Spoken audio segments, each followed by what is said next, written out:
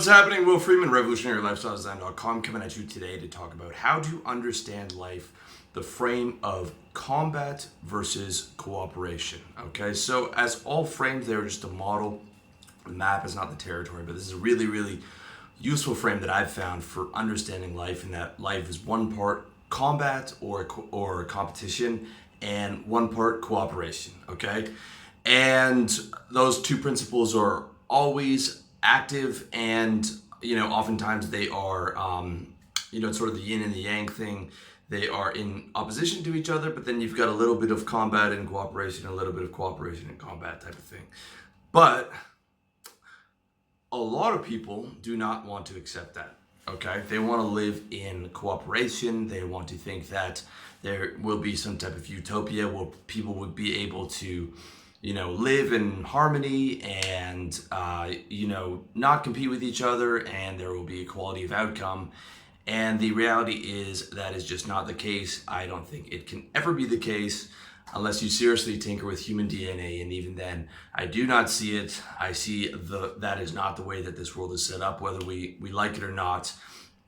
Combat or competition is a massive aspect of this world. So don't shoot the messenger, okay? I didn't create the world. I'm just explaining it to you. And the way that I see it, this is a fact. It is not my opinion. People talking about equality of outcome do not want to look. They do not want to believe that people are not created equal.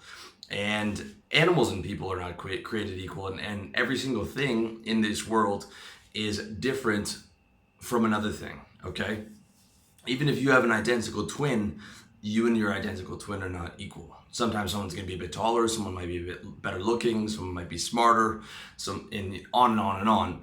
There is no equality between living things. That's a fact. Okay, and the other fact is that it only takes a half a second to look. Nature is a food chain, guys. Nature is a food chain. It is a pyramid. They have apex predators like lions and sharks at the top of it. And then you have minnows and rabbits at the bottom. This is the way the world is designed, okay? It takes half a second to recognize that. The world is designed as a food chain, okay? It is that ruthless. That is how ruthless this world is, okay? And you need to understand that, and you need to accept it. And, these people who are constantly hounding us with equality cannot and will not look at that. And the people that get hurt are the people who don't accept that. Okay, that's what it is at the end of the day. If you don't want to accept that, that's fine, but you're gonna get played in the game of life. All right, that's the reality of it. Okay, and within that food chain, we just dominated it. We as humans, the apex predators, the most dominant species, Homo sapien, in the history of the known universe, just dominated to such an extent that we stepped out of it and no longer have to deal with it. And you can walk by restaurants in Chinatown, and there will be chickens hanging inside out, ready for you to eat. And you can get food delivery. Meat is farmed and then harvested and then delivered to you on a food delivery app. That's how much we've dominated the game of the food pyramid, okay? Well beyond lions and sharks and all those things. We've stepped out of it to such a degree that it's ridiculous. And you'll hear someone like Louis C.K. talk about, if we were still in the food pyramid, it'd be like we're on our way to work and then a cheetah attacks and we have to deal with that.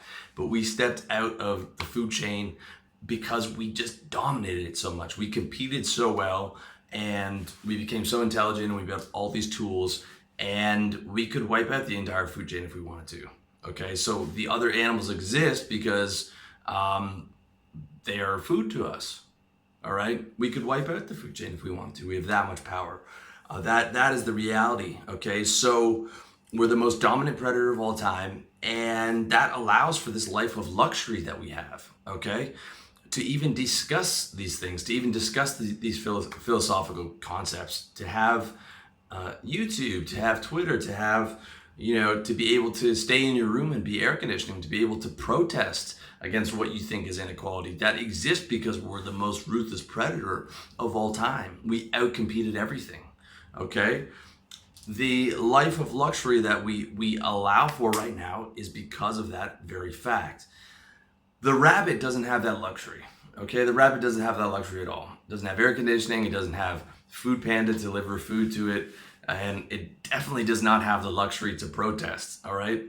The rabbit doesn't protest the lion, it fucking runs, okay? It does not protest the lion, it runs, because if it tried to protest, it would get smoked in less than half a second, all right? It is not fair. It is not fair. And I remember that very clearly from summer camp when I was a kid. We used to play this game where you would all draw straws, and then you would have this different tag. Someone would be a lion, someone would be a rabbit, someone would be something else, and someone would be bacteria that killed everything. And then you would run around chasing other people through the forest, and it was this really fun game, but you could only kill people that were lower than you on a food chain. And sometimes I would end up as the rabbit or the mouse, and I'd be like, this is terrible, I can't kill anything, all I can do is like run and hide. And then when you're the lion, you're like, oh man, I can grab everyone. I'm gonna win this game. And it's sort of like, that kind of burned into my brain the reality for a lot of these animal species. Okay, they don't have the option to protest, and they don't even have the option to pretend like the world is equal. Okay, they know very well if they see a giant lion that thing is much stronger, much more powerful, and they need to run away from that. All right, that's the reality of it. Okay, so in terms of human life, every day you're competing for resources, all right? You are competing to be able to live in a condo or an apartment or a house so that you can get your 8 hours of sleep, so that you can get your shelter.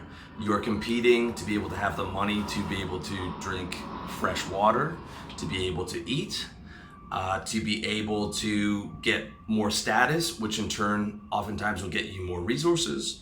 You're competing for women, okay? If you have a nice girlfriend, I guarantee you someone else wants her, and someone else wanted her before you started dating her, and you were able to take him away from that guy or those other potential guys.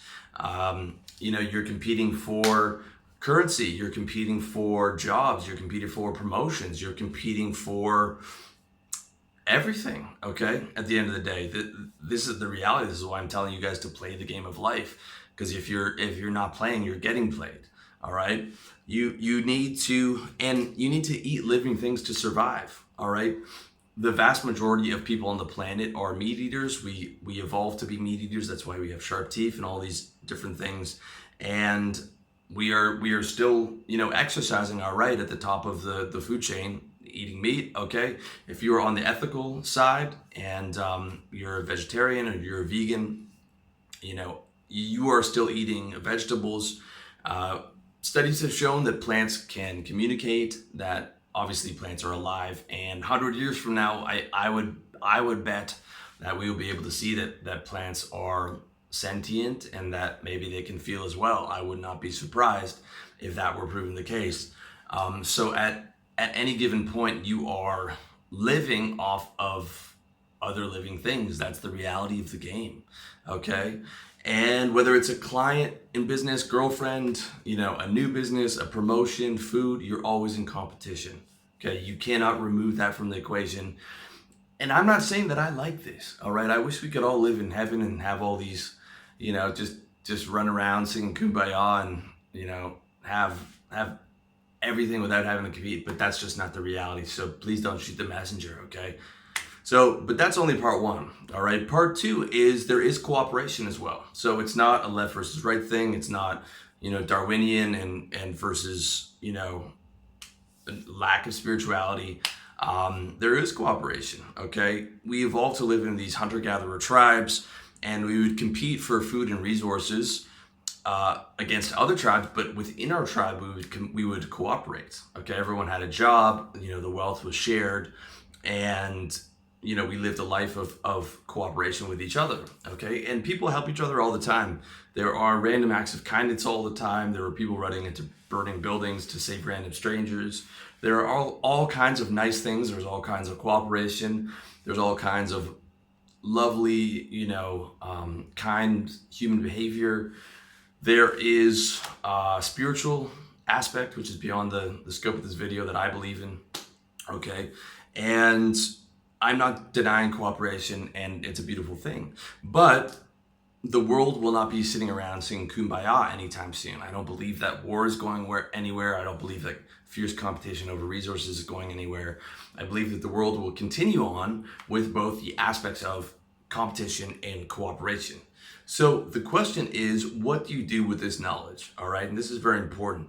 So what I suggest you do is you start competing, okay? You be unashamed about it. I'm competing for women by staying in shape. I'm competing for money by talking to you guys. I'm competing for resources from getting the money out of this business and all kinds of other things, and I am not ashamed about it whatsoever. I suggest you take on the same mentality and look at yourself as playing the game of life that you were dropped into. Okay, the other thing you want to do is you want to build your tribe. So that's that's competition, but you also want to build a tribe based around cooperation. So you guys are like my extended tribe right here. I'm trying to spread my message as far as I can for a number of different reasons, not just for making money, not just for helping others, but also so that I can eventually I'll have a contact in everywhere in the continent. If I want to get projects done, I can reach out to one of you guys. Many different things that I can get from cooperation and having a big tribe. But on a smaller level, I also have a smaller offline tribe where everyone has their own special thing that they do. I've got a friend who's in real estate. I've got another friend in financial services. I've got guys who do marketing, guys who do graphic design, all these things that are relevant to my business and not in competition with my direct business. And there is a cooperation sphere within that tribe that is very useful, and we're able to learn a lot from each other and everyone having different skills. And we are out there competing with the world. So basically you're replacing the old hunter-gatherer tribe, which is what we're evolved to live in, and you're doing it within this massive society, which doesn't particularly do very well at meeting people's needs. So we just basically replace that with our own little tribe, and that is who we are cooperating with. And outside of that sphere, we are competing. So we're all helping each other compete in our own niches. But within the tribe, it's cooperation. So it's kind of the opposite of most guys' friendships, which is competition all the time. Like guys go hang out for beers and then they're just messing with each other and teasing each other and trying to jockey for status. And it's just not a very useful friendship. There's not a lot of positive thinking. There's not a lot of positive talk. There's not a lot of encouragement. There's just a lot of getting on top of each other, trying to dominate each other. I mean, I remember even back to middle school, be like, you go for pizza at lunch and it'd be a rush to finish, and then the two guys who were the slowest, everyone would already be leaving and leaving those guys in the dust, and they'd be running behind with their dripping pizza, because it was just a savage competition at all times, and really not useful for bettering yourself against the world.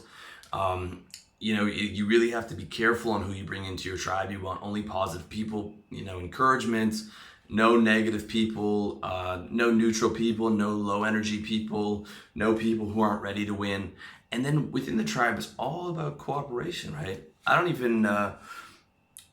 don't play sports with my close friends. I don't really even play cards too much. I save all my competition for business, and I'm ruthless in that. I'm very focused in that. And then when I'm hanging out with my friends or whichever girl I'm seeing, that is pure cooperation. That is just relaxing. That is just, the other side of me. So you've got the competitive side, and then you've got the really nice side. And so I save all that, give all that extra good behavior to my friends and, whatever girl I'm seeing at the time. All right. That's why you have people on your team. You take care of your team. You really, really cooperate, and you each are competing outside with the world, but you're not competing within the team. That's really, really important to understand. And I mean, even down to busting balls, I don't even do that. I don't even tease. Just small things like that. I'm always looking for how to lift up the energy, how to lift up the state. And you need it in this life. Okay, I'll tell you why. Because we are living in the greatest technological revolution of all time. We are in the internet revolution. We're on, internet 2.0, social media. We're going to be going into augmented reality. We're going into virtual reality. We've got cryptocurrencies. We've got blockchain. We've got, we don't know whether it's going to be governments or corporations who are going to be running this thing in the future. We've got AI coming into play. Online marketing and sales is becoming data-driven and AI-driven, and forget about just working a job for 50 years and living in a suburb and retiring with a gold watch. That is done. A lot of jobs are becoming automated. So for myself and my friends who are all entrepreneurs, a lot of us are making money online. It is a necessity. It is a necessity to have a tribe of smart guys, because we're competing. We're trying to compete at the highest level, right? You've got guys like Mark Zuckerberg and Bill Gates out there. I need 10 smart guys to be able to compete with one of those, really, really smart guys, or even at a lower level than him. I need 10 of those sharp minds all cooperating together to make sure that I don't have any gaps in my knowledge. Like, I just saw Facebook unveiled advertising outside of Facebook. I didn't know that, but I should have known that. Okay, which is why I need that tribe. I need more people. I need guys who are really on top of stuff. And then I'm going to need people that I'm paying to keep me abreast of those things, because it's evolving so rapidly. So the tribe is not a want, okay? The tribe is a need in this new marketplace. I would tell you, you can obviously survive as an entrepreneur right now, and you can survive by yourself, but coming in the next 15, 20 years, it's going to be difficult as things change so quickly. You can sell real estate now, but you really have to be on top of the game or whatever service business and really stay on top of it. But even then, you're going to need people who have knowledge that you don't know. I mean, you're going to need data engineers at some point. Things are just changing so rapidly, so that you really, really need that tribe, as far as I'm concerned. Then you take all that competitive energy and you compete outside. Right? You go hard. Everyone has all their different skills. So if some guy in my tribe is making more money than I am, congratulations, right? It's not about that competition. I'm just competing in my lane. I'm just staying in my lane. So I'm competing with guys in the personal improvement sphere. The guy's selling real estate or whatever, and he's doing better. I just tip my hat type of thing. And you go hard. You go hard getting money. You go hard getting clients. You go hard getting women. You compete outside and you cooperate within. And you just accept the nature of the world, and you dropped into this game of life, and the smartest thing you can do is play the game of life, play it to the best of your ability. And denying that the game exists, just means you're going to get played. I'll occasionally have some people who are upset with my message, or they'll agree with the message, but they'll say I don't like it. And I'm like, that's fine. You can pretend like it doesn't exist. You can deny it. Or you can accept that it exists, but that you don't like the way the world is, and that you're going to change the world. But I'll tell you this, you're going to get played in life, okay? Some guy is going to come around, and he's going to take the girls that you want, and he's going to take the money, and he's going to take the resources, and he's going to take the nice condo, and he's going to take all the things that were on the table for you, okay? And guess what? If you actually really want to help the world, make a lot of money, okay? Very difficult to help the world when you're making minimum wage and you can't even afford, a setback on your paycheck where you're not borrowing off mom and dad. All right. A lot easier to help the world when you've worked really hard and you saved a lot of money and you're able to invest that into the charities that you want. That's the reality of it. Okay. So really important to keep that frame under mind. Combat versus cooperation. It's always a balance of those two things. Accept it, make it work for you, don't fight it, okay? That's the way it is, and play the game of life to the fullest extent. And that's it. So hope you found that useful. As always, much love to you and all the best in your personal development journey.